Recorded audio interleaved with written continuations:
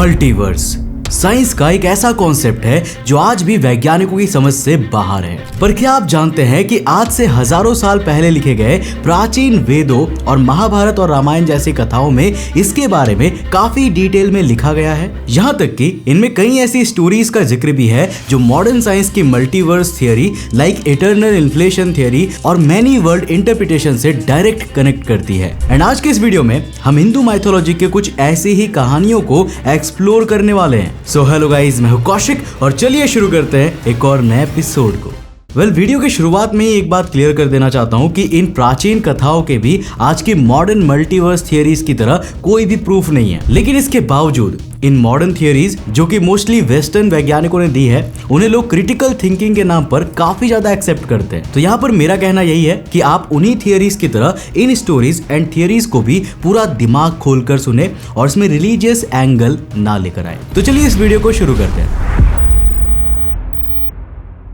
तो हिंदू वेदास में लिखी गई एक कहानी के मुताबिक जब एक बार भगवान ब्रह्मा भगवान विष्णु के अवतार श्री कृष्ण से मिलने पृथ्वी लोक द्वारका में पहुंचे, तब उन्हें द्वारपाल यानी कि गेट कीपर ने द्वारका के अंदर घुसने से रोक दिया। तब ब्रह्मदेव ने घमंड में गेट कीपर से कहा कि जाओ और श्री कृष्ण से कहो कि ब्रह्मा स्वयं उनसे मिलने आए हैं। जिसके बाद द्वारपाल ने यही बात श्री कृष्ण से जाकर कही। श्री कृष्ण ने द्वारपाल से पूछा कि उन्हें जाकर पूछो कि वो कौन से ब्रह्मा है। और यही बात जब द्वारपाल ने वापस जाकर ब्रह्मा जी से पूछा तो ब्रह्मा काफी हैरान रह गए और उन्होंने द्वारपाल से कहा कि क्या मेरे अलावा भी कोई और ब्रह्मा है। जब द्वारपाल ने ब्रह्मा जी की बात का कोई भी जवाब नहीं दिया तो ब्रह्मदेव ने द्वारपालों से दोबारा कहा कि जाओ श्री कृष्ण से कहो कि 4 सर वाले ब्रह्मा आए हैं।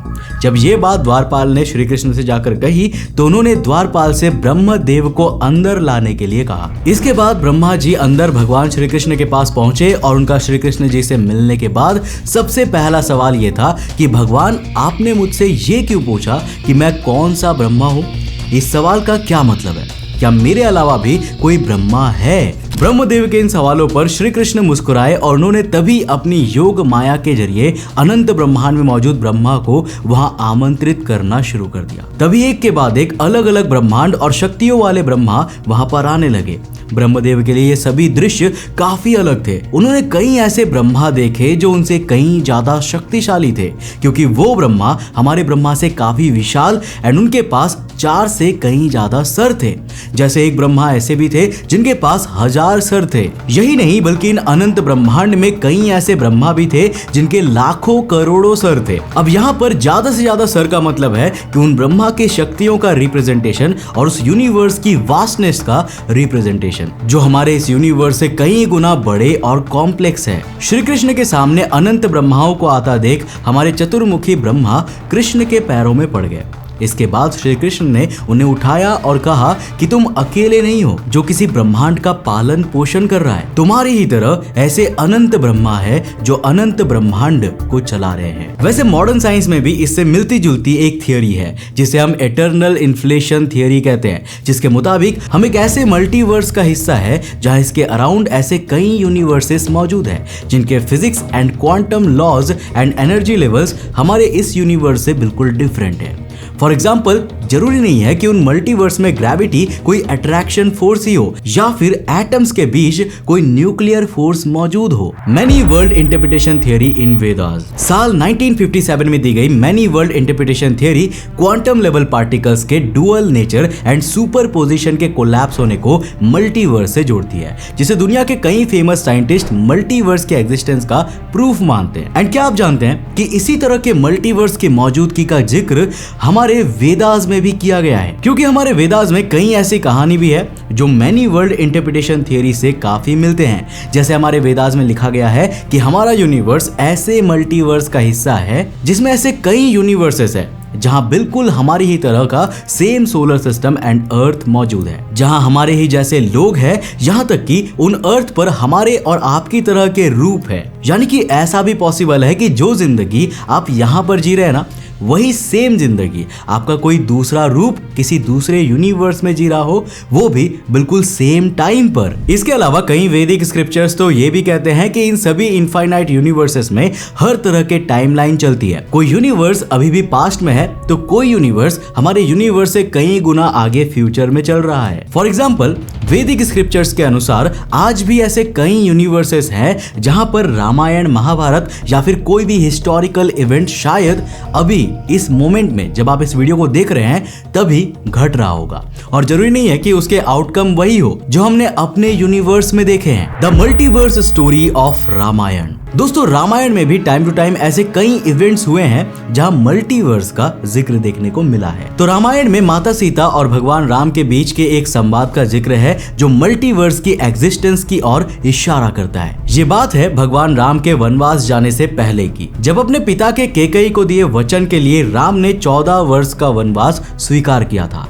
और जाने की तैयारी शुरू की थी। इस समय तक राम सीता जी को अपने साथ लेकर वन में नहीं जाना चाहते थे, लेकिन माता सीता ने राम जी से रिक्वेस्ट करते हुए कहा कि अभी तक हर समय पर हुई हर रामायण में मैं आपके साथ वनवास पर गई हूँ, तो इस बार आप मुझे ले जाने से मना क्यों कर रहे हैं। माता सीता की ये बात सुनने के बाद श्री राम ने भी सीता जी को उनके साथ चलने की बात को मान लिया। इस घटना से हमें ये पता चलता है कि रामायण की ये पूरी घटना अलग अलग ब्रह्मांड में और हमारी पृथ्वी पर भी अलग अलग लगातार रिपीट होती युग की साइकिल में बार बार रिपीट होती रहती है, और हर बार रामायण काल में राम जी के वनवास जाने पर माता सीता उनके साथ वनवास जाती है। When Shri Krishna takes Arjun into multiverse. दोस्तों, रशियन प्रोफेसर एंड्रे लिंडे जो मल्टीवर्स थियरीज पर काफी समय से सर्च कर रही है, उन्होंने अपने एक लेक्चर के दौरान मल्टीवर्स को एक्सप्लेन करते हुए एग्जांपल देने के लिए महाभारत की एक फेमस स्टोरी का जिक्र किया, जिसमें श्री कृष्ण खुद अर्जुन को कॉस्मोस की वास्टनेस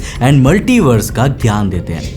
इस घटना के बारे में हमें हिंदू पुराण में भी देखने को मिलता है, जिसमें लिखा गया है कि जब अर्जुन अपने कर्म पथ से भटक जाते हैं और धर्म के लिए लड़ने से मना कर देते हैं, तब श्री कृष्ण उन्हें कर्म और धर्म की इंपॉर्टेंस को समझाने के लिए अलग अलग यूनिवर्स में लेकर जाते हैं। एंड इसी सेम घटना का जिक्र प्रोफेसर ब्रायन ग्रीन ने भी अपने एक पैरेलल और मल्टीवर्स पर दिए गए लेक्चर में किया था, जिस पर एक फुल डिटेल आर्टिकल लिखा गया है जिसे आप खुद जाकर रीड कर सकते हैं। When Vasuki explains the multiverse to Hanuman. दोस्तों, रामायण की एक और काफी फेमस स्टोरी है जिसका कनेक्शन सीधा मल्टीवर्स से जुड़ता है, जहां तक कि इसमें तो भगवान हनुमान खुद मल्टीवर्स में जाते हैं। तो होता यह है कि जब भगवान श्री राम का समय पृथ्वी पर पूरा हो जाता है, तब यमराज का श्री राम को पृथ्वी पर से ले जाने का समय आता है, लेकिन श्री राम जानते हैं कि हनुमान के रहते हुए यमराज उन्हें पृथ्वी लोक से लेकर नहीं जा पाएंगे। इसीलिए श्री राम भूलोक से नागलोक तक एक दरार बनाते हैं और उसमें अपनी अंगूठी को गिराकर हनुमान को उस अंगूठी को वापस लाने के लिए कहते हैं। इसके बाद हनुमान जी भगवान की आज्ञा मानते हुए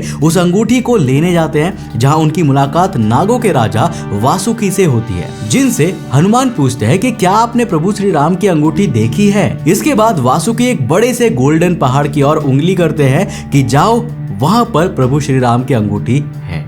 जिसके बाद जब हनुमान वहां पर जाते हैं तो उन्हें प्रभु श्री राम की अंगूठियों का एक पूरा का पूरा पहाड़ देखने को मिलता है। इसके बाद जब हनुमान वासुकी जी से पूछते हैं कि इनमें प्रभु श्री राम की असली अंगूठी कौन सी है, तब वासुकी जवाब देते हैं कि ये सभी प्रभु श्री राम की अंगूठी है, जिन्हें श्री राम ने अलग अलग यूनिवर्स से यहाँ पाताल लोक में गिराया है, ताकि वो पृथ्वी लोक पर अपना समय पूरा होने के बाद वापस से अपने बैकुंठ धाम पर लौट सके। अब इस स्टोरी को हमारे हिंदू स्क्रिप्चर्स में मल्टीवर्स के प्रूफ की तरह देखा जाता है। वैसे मैंने यहाँ पर ये स्टोरी काफी शॉर्ट में एक्सप्लेन किया है, पर इस पर हम ऑलरेडी एक डिटेल वीडियो बना चुके हैं, जिसे आप इस वीडियो के बाद जाकर देख सकते हैं। When Goddess Lakshmi explains the multiverse story. तो दोस्तों, हिंदू स्क्रिप्चर्स में लिखे गए एक स्टोरी के मुताबिक एक समय पर भूलोक यानी कि पृथ्वी पर रानी लीला नाम की एक महिला थी। रानी लीला के पति पद्म, जो कि एक बहुत बड़े राजा थे, एक बार उनकी एक बड़े युद्ध में मौत हो गई, जिसके बाद रानी लीला इस दुख को सह नहीं सकी और अपने पति को भगवान से वापस मांगने के लिए उन्होंने माता लक्ष्मी की कठोर तपस्या की। जिस तपस्या से प्रसन्न प्रसन्न होकर जब माँ लक्ष्मी रानी लीला के सामने आई तब रानी लीला ने उनसे अपने पति की जान वापस मांगी, पर लक्ष्मी जी ने उन्हें समझाया कि ये प्रकृति के खिलाफ है, ऐसा करना ठीक नहीं है और सही मायने में इसकी कोई जरूरत भी नहीं है, क्योंकि तुम्हारा पति भले ही इस ब्रह्मांड में मर गया है, लेकिन इस ब्रह्मांड के अलावा भी ऐसे अनंत ब्रह्मांड है जहां पर उसके अलग अलग जीवन और अलग अलग परिवार है। पर जब माता लक्ष्मी के समझाने के बाद भी रानी लीला ने अपनी जिद नहीं छोड़ी, तब माँ लक्ष्मी ने उन्हें खुद इन अलग अलग ब्रह्मांड में ले जाकर रियलिटी को दिखाया। इसके बाद फाइनली रानी लीला ने अपनी जिद छोड़ दी और सच्चाई को एक्सेप्ट कर लिया। ये स्टोरी भी हमें मल्टीवर्स की एग्जिस्टेंस के बारे में बताती है, जिनमें हमारे अलग अलग रूप अलग अलग जिंदगी जी रहे हैं, जो क्वांटम मैकेनिक्स की मैनी वर्ल्ड इंटरप्रिटेशन से काफी मिलता है। तो दोस्तों ये थे कुछ ऐसे स्टोरीज जो कि हमारे हिंदू स्क्रिप्चर्स में मिलते हैं, जो हमें डायरेक्टली या इनडायरेक्टली मल्टीवर्स थियरी के बारे में बताता है, मतलब काफी मेल खाता है। लेकिन देखो, हम इसे किसी भी प्रकार से सच नहीं कह सकते और झुठला भी नहीं सकते। अभी तक मल्टीवर्स हमारे लिए एक थियरी ही है, चाहे वो मॉडर्न साइंस में हो, चाहे वो हमारे हिंदू स्क्रिप्चर्स में हो, या फिर किसी भी पुराने लेखों में क्यों ना हो। वैसे आपका इसके बारे में क्या ख्याल है? क्या मल्टीवर्स वाकई में एग्जिस्ट करता होगा? और ये जो कहानियां जो हमारे प्राचीन हिंदू स्क्रिप्चर्स में लिखी हुई है, क्या वो रियल हो सकता है? नीचे कमेंट सेक्शन में अपनी राय जरूर देना। दोस्तों मुझे उम्मीद है कि ये वीडियो आपको काफी ज्यादा पसंद आया होगा। अगर पसंद आया तो इस वीडियो को लाइक किए बिना मत जाना और अपने फ्रेंड्स के साथ जरूर शेयर करना। अगर आप नए हो चैनल पे तो इस चैनल को सब्सक्राइब करने के साथ साथ नोटिफिकेशन बेल ऑन कर देना, क्योंकि ये आपके लिए बिल्कुल फ्री है, लेकिन ऐसा करने पर हमें काफी मोटिवेशन मिलता है आपके लिए इंटरेस्टिंग वीडियोस बनाने में। मैं मिलता हूं आपको नेक्स्ट एपिसोड के साथ, तब तक के लिए बाय, जय।